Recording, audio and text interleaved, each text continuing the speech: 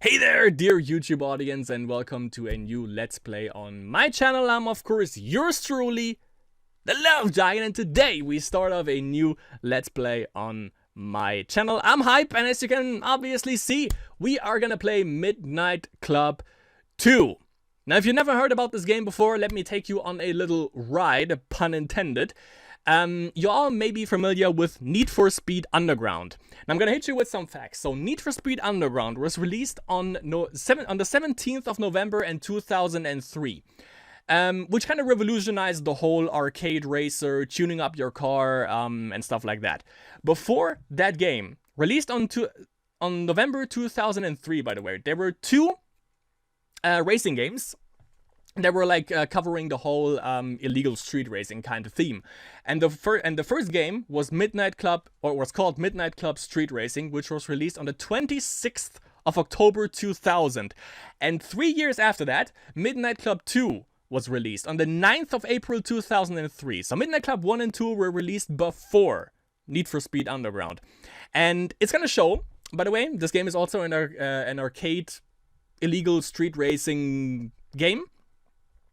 And obviously, you know, Need for Speed Underground, you're gonna see that when we play the game, Need for Speed Underground is a little bit more fleshed out because they actually had the licenses of the car. They don't have that in Midnight Club 2. We have cars that are modeled after, like, real-life cars, but they don't have the actual license, so they kind of had to work around with that. You don't get to tune your car, you just get a car and you have to deal with that, basically. You don't get any paint jobs or something like that. But the thing is, you're gonna see that really quickly, by the way, if we play the game. It is a little bit more fleshed out in other parts, however, and a little bit more fun to play in the compared to the Need for Speed franchise. Because if I played Need for Speed Underground 2, I played Carbon, I played Most Wanted, and the characters are like the characters in Need for Speed, they are kind of there, but you don't really memorize them because they don't really have any voice lines or any characteristics that you can remember them by.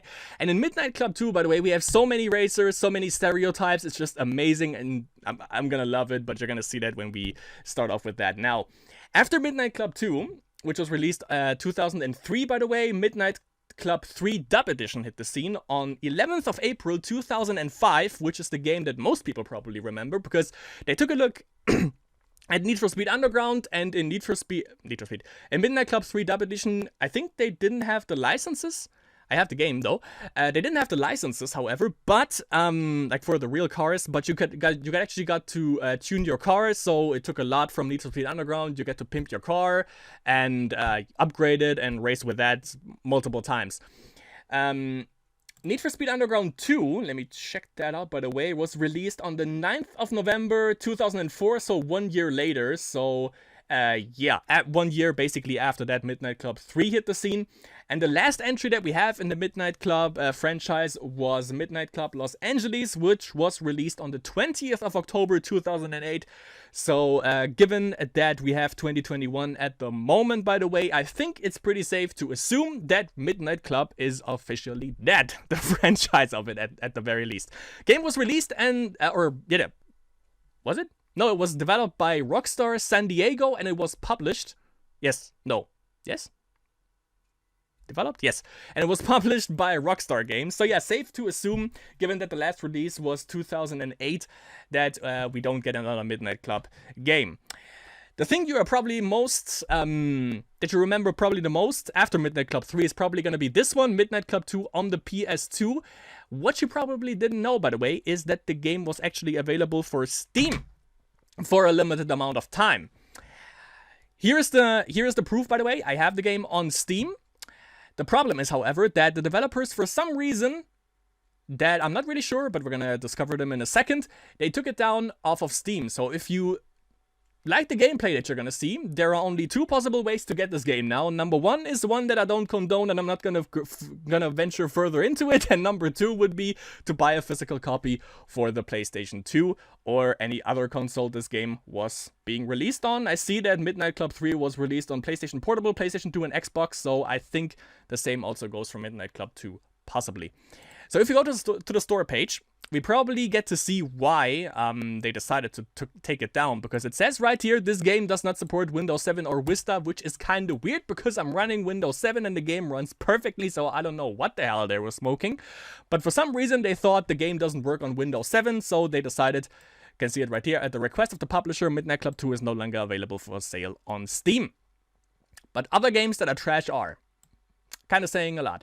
However, if you don't know what the hell Midnight Club 2 is after this whole banter, by the way, here is a little summarization from the developer. Actually, let me take this one.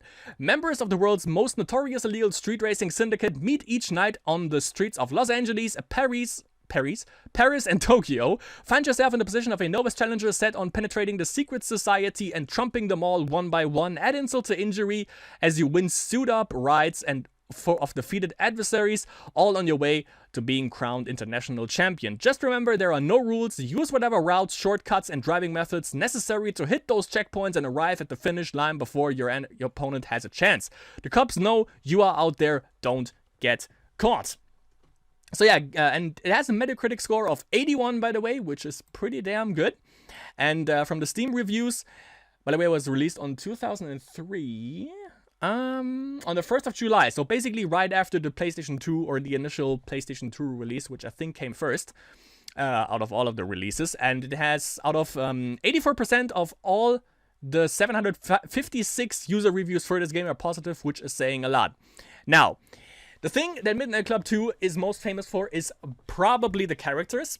You're gonna see, as I said, you're gonna see a lot of stereotypes, but the cool thing is, if you interact with anything, you can run over pedestrians, by the way, which is fun. It's like one of the last racing games where you can actually run over pedestrians. It's kind of funny, you direct all physics and stuff. And yeah, the characters are actually going to talk to you. The thing is, why I'm mentioning this in particular is that, as you can see right here in the text, great soundtrack. That also goes for Need for Speed Underground. Everyone is going to remember Get Low, mostly because of Need for Speed Underground. However, if I would upload this game with the actual soundtrack that is in the game, then I would get copyright strikes up the wazoo and the video would be taken down. So what I'm gonna have to do is, sadly, even though it takes a lot off of the charm, but you know, the video wouldn't survive anyways, I have to take out the soundtrack and I'm gonna put in some 8-bit sounds from games from the past that I think kind of fit the theme. The thing is that, as I said, you know, the soundtrack is a big part of the game, because for Los Angeles, you have mostly like underground hip-hop. There is like one track from Master Ace and Tommy T, What Is It? Which is fucking amazing. I love that so much. Or Trey Little with Put Your Top Down. Just type in Midnight Club 2 on YouTube, like OST, and then, you know, check out the soundtrack. It's really damn good. So for Los Angeles, you have like underground rap. For Paris, you have like techno, and for you're gonna see some snippets, by the way, when the characters are interacting with you. You're gonna hear a little bit of the song. I think we are safe on that because it's just a little tidbit of the songs.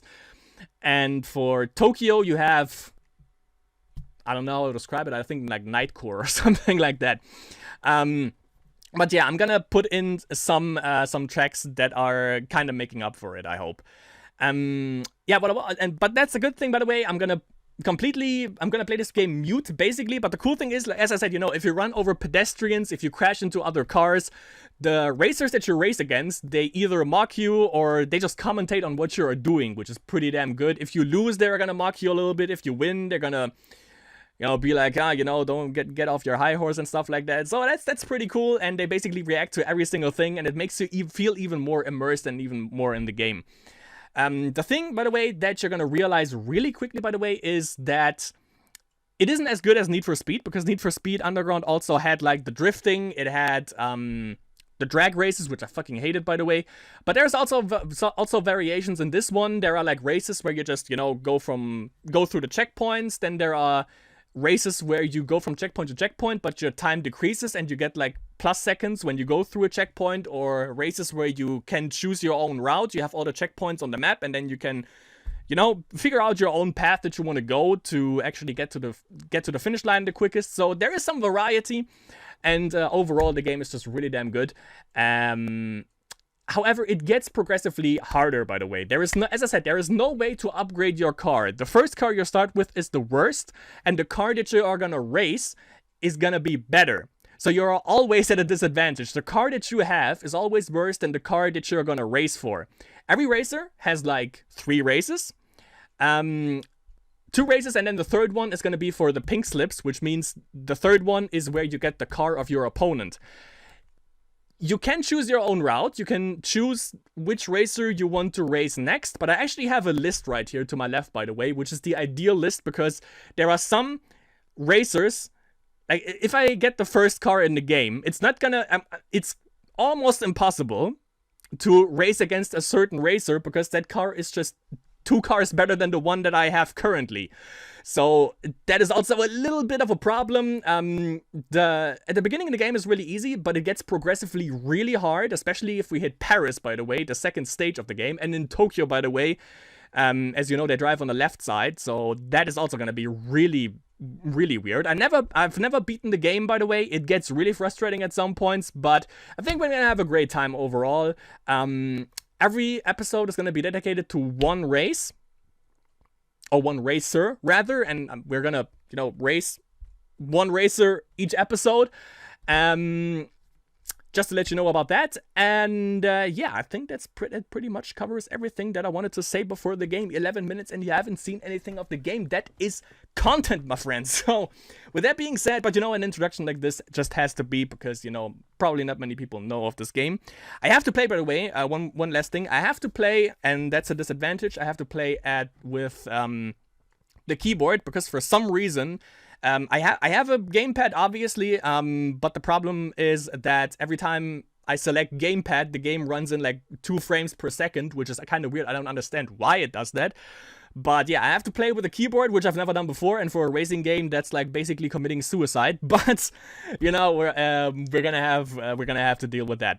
So yeah, with that being said, I would say we go straight into Midnight Club 2 and work on our shit-talking abilities.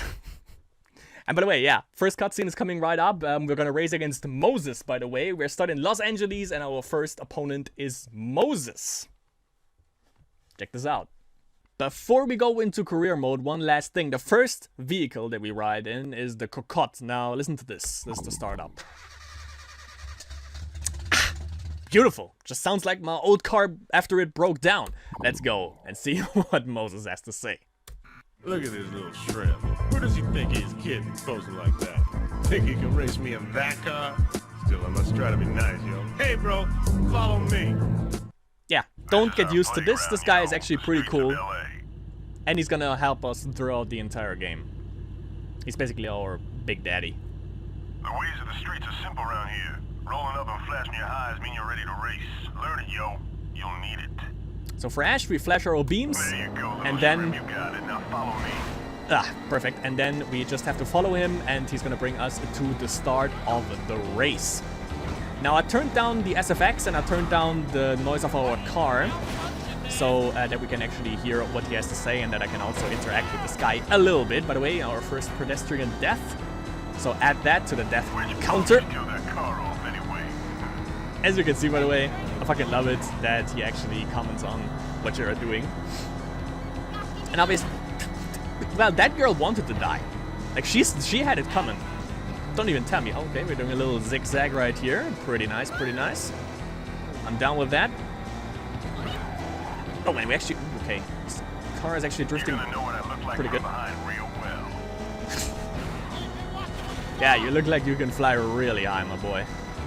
Everything's cool.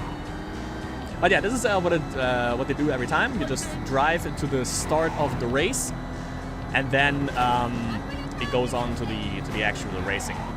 So there's a little bit of open world thing, but not much, which is a little bit more than they had in Need for Speed Untitled 1. Yeah, sure. I think I have to. Okay, prepare to race.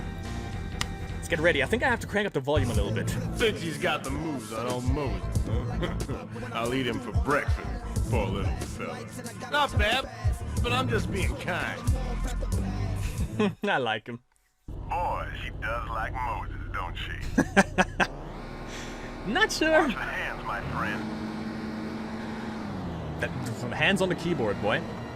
Okay, first race. So first race, pretty easy. I think we face... Go with your car, people. I'm not sure. Doesn't look like... actually, the thing that he's driving is a CT. So I don't know. Okay. I see you, my friend, driving in that silly car you got. What the fuck is your problem, man? Well, by the way, don't expect... Ooh, everyone... That is the nicest character that you have in the game. Next to Gina. Gina is bae, by the way. Gina is waifu, definitely. Some cars, by the way, are predetermined. This one is always gonna be there. And there's another one in the race for Maria. I remember that specifically when you are on the highway. There's also that exact truck coming at a specific time, and you just have to take it. Was a similar situation to this one. But yeah, this is really easy, by the way, and Moses is really nice. It's gonna only get worse. Minus Gina, as I said. Gina is bae. And maybe Parfait. Parfait is also bae. Man, I was just stopping to get something to eat. Gotta look out for your weight, man. You beat everyone, my man. Hell yeah. So 1 minute 9, let's see. Ray coming in next. Then we have Moses, Devo, and Dub. I think that's pretty much everything. Oh no, there's one more. T-Bone. Yeah, obviously. Moses ate T-Bone for breakfast, kinda. Let's continue career. How did this happen? Beautiful damn car. I'll make him say, Moses, I have seen God. He weighs 280 pounds. For my car, huh? Let's go. Okay, we're already racing for his car. So if we win this, we get his car. If we don't, we die. Count us in. We start on go. No, we can start from the beginning of this race, obviously, again. And we have the cops. I ain't letting the police stop me from whooping you, little shrimp. And as you can see, by the way, we don't have to actually touch the checkpoint. We can also just, you know, gently tap it, and it still counts. But that's the thing, like figuring out where the sweet spot is, where it actually counts and when it doesn't count anymore. Gotta shove this guy a little bit because he's not making way. There is no... Okay. I think we actually got the police away. I don't know how to look behind me, but I have to check out the controls a little bit, because there's also like weight shifting and stuff like that, and nitrous, obviously, so gotta check out the controls later on again. This guy's blocking me, actually. What the hell is your problem? What the hell is your problema? Okay, he's going the long way. We can actually take a shortcut right here. Okay, we didn't have to brake here. We see his high beams, by the way. Can I take this? Yeah. Oh no. Oh no. Okay. Hey there, little shrimp. Now that you came out with old Moses' ride, take advantage of the can of nitrous I left behind for you. Thank you. So we not only unlocked Nitro, but we also have his car, the CT. And we beat him by 2 minutes. 2 minutes, yeah, sure. 2 seconds. Listen up, yo. The ride you just won from me has a can of nitrous in it. Give it a squeeze whenever you need a little extra boost. Sweet. Enjoy the car, my friend. You got potential. Still got a lot to learn, though. Flash those beams, bro. Keep racing. And he's gonna accompany us to the rest of Los Angeles, and I think also Paris, by the way. He's always on quick dial. I thought as you can hear, but apparently not. So now we race with the CT, by the way, and that was also the first episode, by the way, of Midnight Club 2. So I see you in the next episode. We have 2 racers to choose from, Maria or Steven, and we're gonna go for Steven in the next episode of Midnight Club 2. So I hope you enjoyed the first episode. It was kind of a short one, but, you know, as the game gets progressively... What you doing, little shrimp? You afraid of those other racers? Just use your map to find them and then flash your highs at them to let them know you want to race. Thank you. I don't know what I was saying. However, gonna see you. And yeah, the game gets progressively harder, and so the episodes are gonna get progressively longer, obviously. So be looking forward for that. See you in the next episode of Midnight Club 2.